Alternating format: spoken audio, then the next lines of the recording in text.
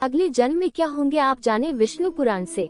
विष्णु पुराण कथा में राजा जगभरत की कहानी का जिक्र किया गया है। इनकी कहानी के माध्यम से मनुष्यों को ये बताया गया है कि कैसे एक इंसान पशु योनि को प्राप्त कर लेता है। आइए जानते हैं विष्णु पुराण में जगभरत की कथा से कैसे मिलता मनुष्य को अगला जन्म। विष्णु पुराण मृत्यु को आत्मा के सफर का एक पड़ाव मात्र माना गया है, क्योंकि अंत तो शरीर का होता है, आत्मा का नहीं। आत्मा तो मूल है और इसका सफर एक शरीर तक नहीं रहता है। इसे अनेकों शरीर में होकर गुजरना पड़ता है और हर शरीर के मिलने के पीछे कुछ न कुछ वजह होती है। ऐसा विष्णु पुराण, गीता और अन्य शास्त्रों में बताया गया है।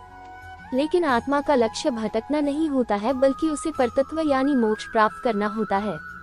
मोक्ष वह है जब आत्मा का संयोग परमात्मा से होता है। परमात्मा को प्राप्त करने के लिए ही आत्मा विभिन्न शरीर को प्राप्त करता है, लेकिन एकमात्र कामना के चक्र में फंसकर आत्मा को बार बार विभिन्न योनियों में जाना पड़ता है। जगभरत की कथा है कि वह एक महान संत राजा थे। प्रजा का पालन भी वह धर्मपरायण होकर करते थे। लेकिन एक दिन हुआ ऐसा कि जब वह स्नान कर रहे थे, तभी एक हिरनी सिंह के भय से भागते हुए नदी में कूद गई, लेकिन वह नदी को पार नहीं कर पाई। हिरनी गर्भवती थी और जल में ही उसे प्रसव हो गया। उसने एक हिरनी को जन्म दिया और वही मृत्यु को प्राप्त हो गई। राजा को हिरनी के बच्चों को देखकर उस पर दया आ गई और वह उसे लेकर अपने राजभवन में आ गए। राजा जगभरत ने उस हिरनी को अपने बच्चे की तरह पालना शुरू किया। हिरनी भी राजा से बहुत स्नेह करने लगी थी और राजा के आगे पीछे खेलती रहती, जिसे देखकर राजा जगभरत आनंदित होते रहते। राजा का मोह हिरनी के बच्चे से बढ़ता चला गया और धीरे धीरे वह बोए होकर मृत्यु को प्राप्त हो गए। लेकिन मृत्यु के समय भी उस हिरनी से उनका मोह समाप्त नहीं हुआ, वह उसी के बारे में सोचते रहे। परिणाम ये हुआ कि उन्हें मनुष्य योनि से एक पशु योनि में जाना पड़ा और वह स्वयं उस हिरनी की गर्भ में आ गए और हिरण के रूप में उनका अगला जन्म हुआ।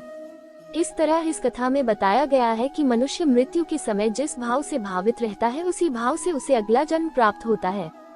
गीता में भी कहा गया है कि मृत्यु काल में भगवान में जिनका मन लगा रहता है वही मोक्ष को पाता है। लेकिन ये बहुत ही कठिन है, क्योंकि जीवन भर जिस भाव से मनुष्य भावित रहता है, वही भाव मृत्यु के समय उसके मन पर हावी रहता है।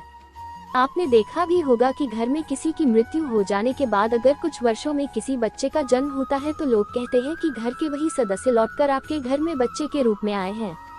दरअसल यह उस व्यक्ति के अपने परिवार के प्रति मोह और कामना को दर्शाता है, क्योंकि मनुष्य अपनी कामनाओं और परिवार के मोह से जल्दी निकल नहीं पाता है। गरुड़ पुराण में कर्मों की प्रधानता बताई गई है, जिसके अनुसार मनुष्य जैसा कर्म करता है उसी के अनुसार उसे अगला जन्म मिलता है।